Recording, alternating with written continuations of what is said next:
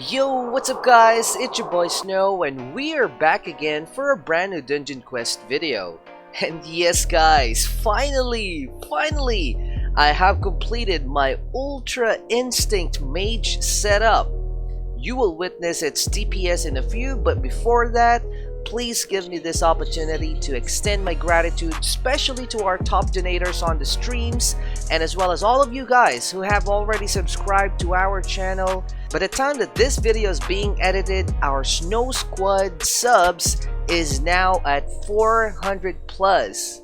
Crazy, and yes, it's growing fast like an avalanche. For those who haven't joined our live streams yet, let me invite you to our official Roblox group, Snow RBX Squad. The link will be on the description below. I've also already released some merch that you can check and rock on your avatar. And of course, make sure guys that you leave this video a thumbs up, and if you haven't subscribed yet, join the Snow Squad. What are you waiting for? Click that subscribe button now and make that notification bell turned on to not miss our future Dungeon Quest videos and live streams. Going back to our mage, you are now looking at the strongest mage in-game.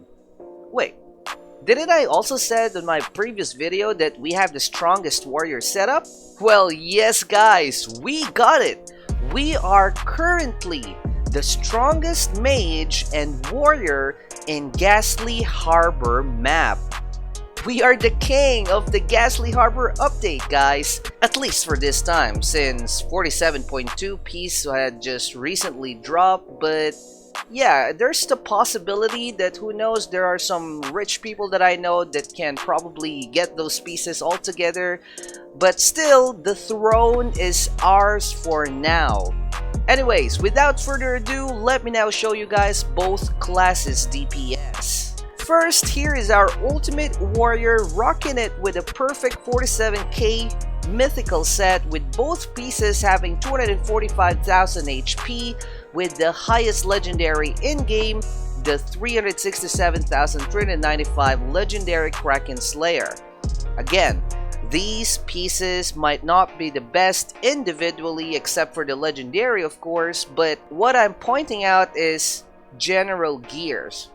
Alright, let's now see our warrior DPS. Okay, so as you can see guys, I'm currently level 144, so obviously I have more skill points, and for the skill points I've only put 8 stamina points or 8 points on my stamina, simply because you only need 680 plus HP when soloing the dungeon, and that's already good enough for you to at least take 3 hits from the mobs and 3 hits from the boss before dying.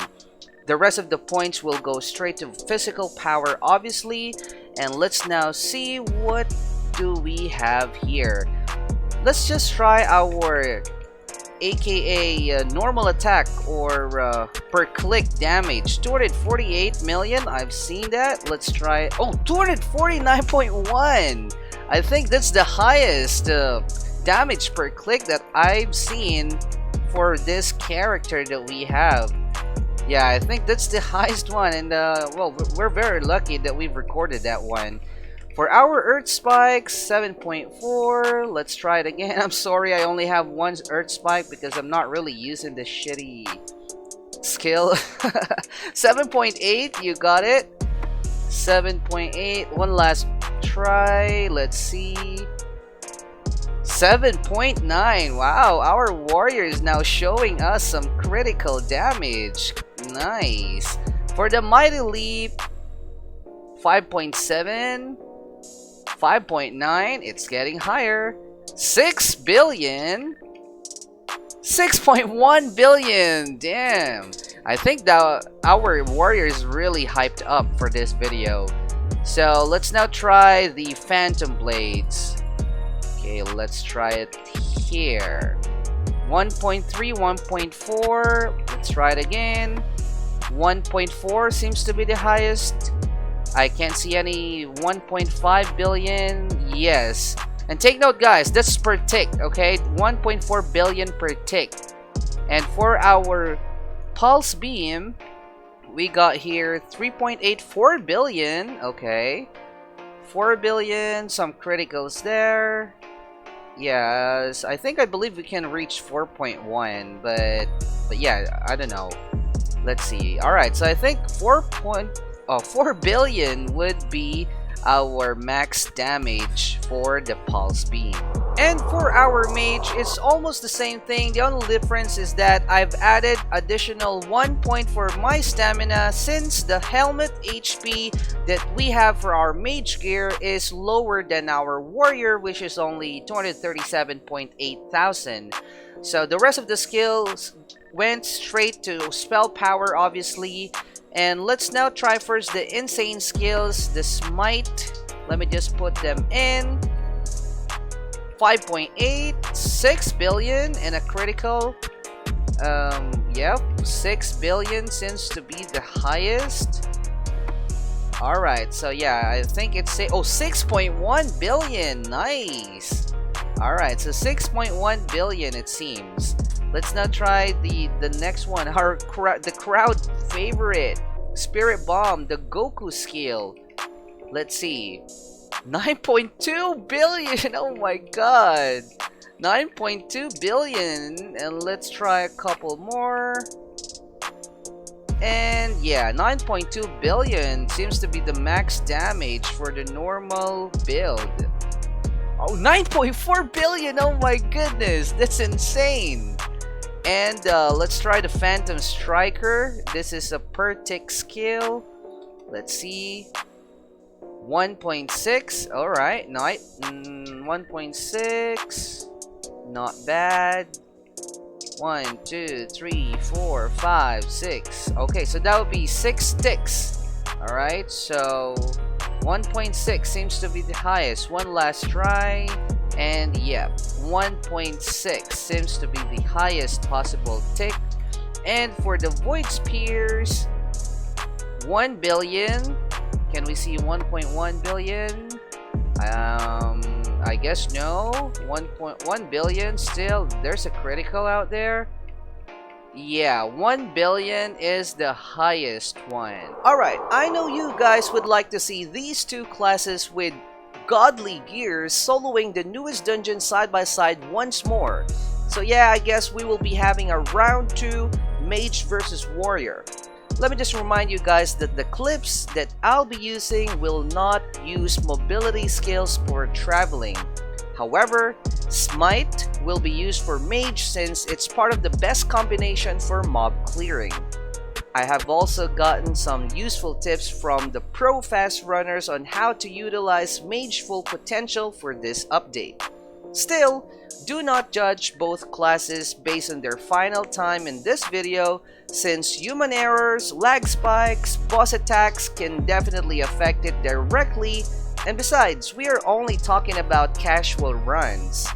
Anyway, here we go guys, enjoy. You might be saying that it's unfair since I used one mobility skills for mage, not for warrior. The reason why is because Pulse Beam plus Mighty Leap can wipe out mobs as well, but there are some instances that some mobs are not dying with a sliver of health. Hence, using double Pulse Beam instead would be better in general.